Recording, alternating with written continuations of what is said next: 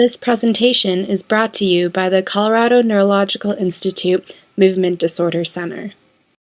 Thank you for joining us for this installment of the Dystonia Patient Education video series. There are three major forms of treatment for patients who have cervical dystonia. Oral medications are generally poorly effective. Botulinum toxin injections, on the other hand, are highly effective and are the mainstay of therapy. Indeed, this form of treatment revolutionized the treatment of all forms of focal dystonia. For patients who have substantial disability despite maximal treatment with botulinum toxin injections and oral medications, either deep brain stimulation or peripheral cervical denervation procedures can be life-changing and very helpful interventions. Treatment is aimed at reducing symptoms and, as a result, improving quality of life. The first goal is usually to improve the abnormal head position and jerky movements of the head and neck. Since pain occurs in the majority of patients with cervical dystonia, reduction of these abnormal movements and reduction of muscle spasm can substantially improve pain. Secondary complications may occur as a result of abnormal head posturing and jerking movements. A secondary complication, such as contractures, may occur, which means that there can be limitation in range of motion of the neck due to permanent shortening of the muscles in the neck. Accelerated arthritis may also occur, resulting in compression of the nerve roots which exit the neck, resulting in pain and weakness in the neck and arms. This is referred to as cervical radiculopathy. Accelerated arthritis may also result in compression of the spinal cord, resulting in weakness and numbness in the arms and the legs, as well as difficulties controlling the bladder and bowel. This is referred to as cervical myelopathy. Therefore, another important goal of treatment is to reduce the risk of developing the secondary complications. Oral medications are usually used only in patients with more severe cervical dystonia who do not have an adequate response to treatment with botulinum toxin injections alone. Only a small minority, perhaps 20 or 25% of patients, demonstrate significant improvement with use of oral medications. Botulinum toxin injections are the treatment of choice for patients with cervical dystonia. The toxin is injected into the overactive muscles, which results in a selective weakening of those muscles in order to bring the head back to a more normal position. The effect comes on gradually over several days, with a peak effect in approximately 2 weeks. The benefits last on average for about 12 weeks. When the botulinum toxin is injected into the overactive muscle, it is taken up by the nerve endings which supply the signal to the muscle to contract. Once inside the nerve ending, the toxin breaks down a protein which is necessary for the release of acetylcholine. Acetylcholine acts as a signal from the nerve ending to the muscle to contract. The end result is that the toxin prevents the communication from the nerve ending to the overactive muscle, resulting in temporary weakening of the overactive muscle, reducing involuntary movement and muscle spasm. The effect is not permanent, and the nerve ending eventually regenerates the protein which has been broken down by the botulinum toxin in the nerve ending that prevents release of the acetylcholine signal from the nerve ending to the muscle. When this important signaling protein is regenerated, the nerve ending can communicate with the muscle and the improvement of symptoms goes away. There are two major forms of botulinum toxin, type A and type B. Type A botulinum toxins are used more commonly, and the name brands are Botox, Dysport, and Xeomin. The name brand for type B botulinum toxin injection is Myoblock. Type A and type B toxins work similarly, except that the type A toxin breaks down a different protein in the nerve endings than does type B toxin. The different forms of botulinum toxin have similar benefits and adverse effects. The effect of botulinum toxin injection is temporary, and as a result, patients need periodic injections. A very small percentage of patients, perhaps 1 or 2%, may develop antibodies to one type of botulinum toxin so that injections are no longer effective. If this occurs, patients may be switched from one type of toxin to another type of toxin. The selection of the muscles and the dose that each muscle receives when botulinum toxin injections are performed must be customized based on the pattern and severity of abnormal movements, as well as the size of the involved muscles and the patient's response to previous sets of injections. Patients need to undergo careful examination, and thereafter, the choice of what muscles to inject and the specific doses should be determined. Injections are distributed among the various muscles, customized and based on the patient's pattern of abnormal movements. EMG guidance is often used to help localize the overactive muscles. EMG stands for electromyography, and it is a neurophysiologic method by which the electrical activity of muscle activity can be recorded.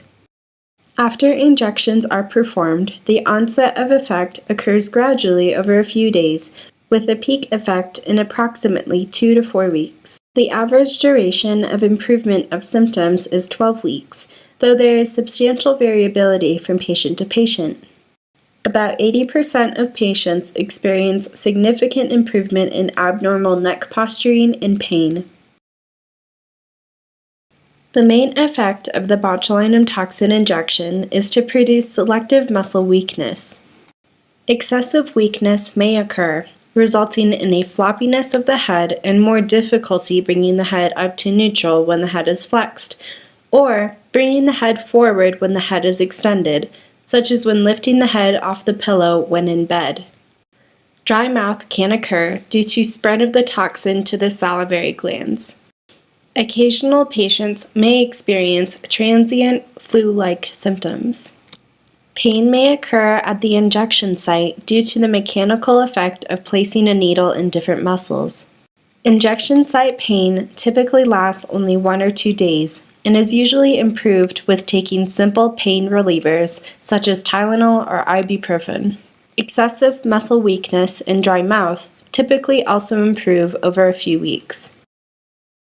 Surgery is reserved for patients with severe dystonia with significant impairment in quality of life. Usually, this means that patients have an inadequate response to aggressive treatment with botulinum toxin injections and oral medication. Surgery may also be used in patients who initially responded well, but who have subsequently developed resistance to both botulinum toxin type A and type B. Most commonly, surgery is especially helpful in patients who have marked anterocollis, neck flexion, or retrocollis, neck extension. It may be difficult to improve patients with severe anterocollis adequately without causing substantial trouble swallowing. It may be difficult to adequately improve patients with severe retrocollis since this may result in excessive weakness of the neck extensor muscles. Cervical dystonia may also occur as part of more widespread segmental and generalized dystonia, in which case botulinum toxin injections may not be able to be applied throughout the entire areas affected. Local surgery, which involves cutting specific overactive nerves and muscles causing the abnormal movements, is referred to as selective denervation. This surgery is usually applied in patients who have predominantly abnormal neck turning, also known as torticollis, or neck tilting, also known as laterocollis. It is usually used in patients who initially had a good response to botulinum toxin injections, but subsequently developed resistance.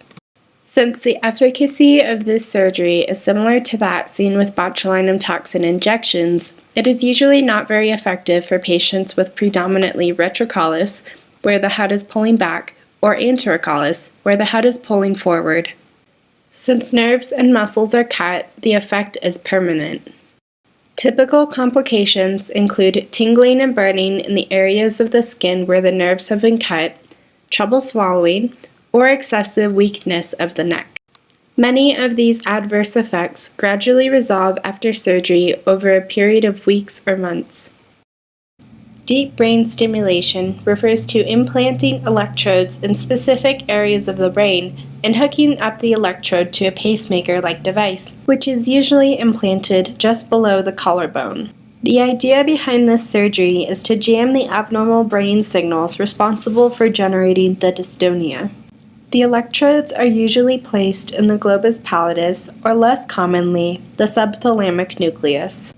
In patients with cervical dystonia, surgery is usually performed bilaterally with electrodes placed on both sides of the brain.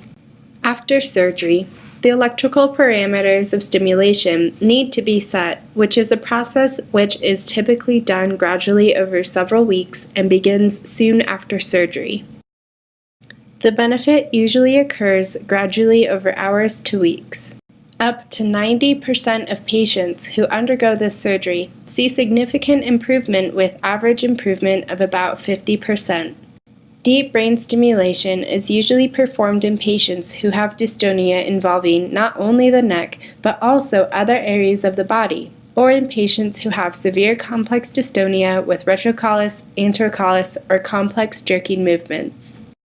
Deep brain stimulation is appropriate for patients who have an inadequate response to aggressive treatment with oral medications and botulinum toxin injections, those who have complex or difficult to treat cervical dystonia with retrocollis, anterocollis, or complex jerking, or those who have more widespread dystonia.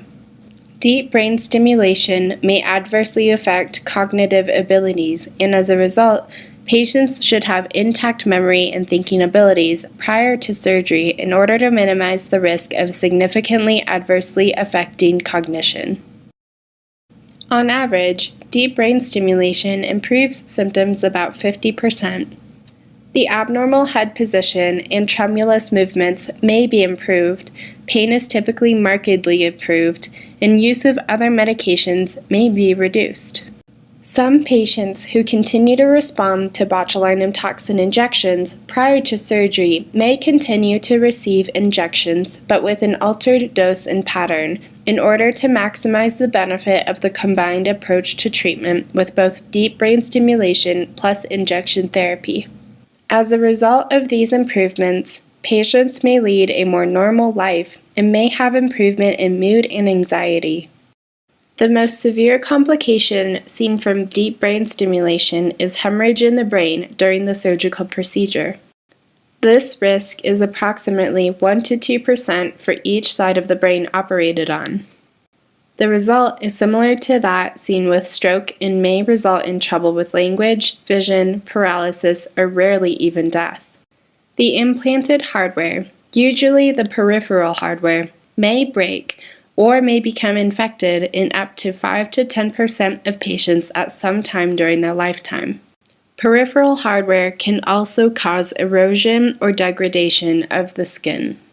Most of these hardware complications or infections typically occur in the first 2 or 3 months after surgery, and rarely may occur months or years later. During the course of programming the stimulation parameters, numbness and tingling may occur in the body due to current spread to close-by fibers conveying sensory information in the brain. Similarly, slurred speech may occur due to current spread to the motor fibers to the face or throat.